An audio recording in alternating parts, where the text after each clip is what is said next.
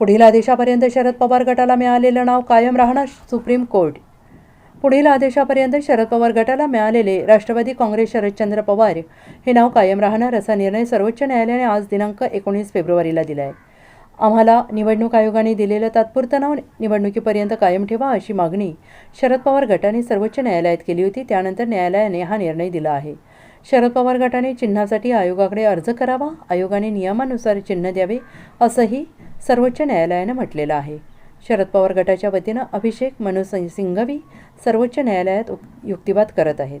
आता लगेच अधिवेशन आहे, निवडणूक आयोगाने आम्हाला तात्पुरते नाव दिलेलं आहे, काही दिवसात अर्थसंकल्पीय अधिवेशन आहे, नंतर निवडणुकींची तयारी सुरू होईल। आम्ही नाव आणि चिन्हाशिवाय राहू शकत नाही, त्यामुळे आम्हाला दिलेलं नाव कायम ठेवा आणि चिन्ह द्या असा युक्तिवाद मनु सिंघवी यांनी सर्वोच्च न्यायालयात केला आहे। फूट वगळून विलीन करण्याची तरतूद करण्यात आली, त्याचा उद्देश काय, मतदारांचे काय असे सवालही सर्वोच्च न्यायालयाने केले आहेत। Bureau report, SBN Marathi, Mumbai.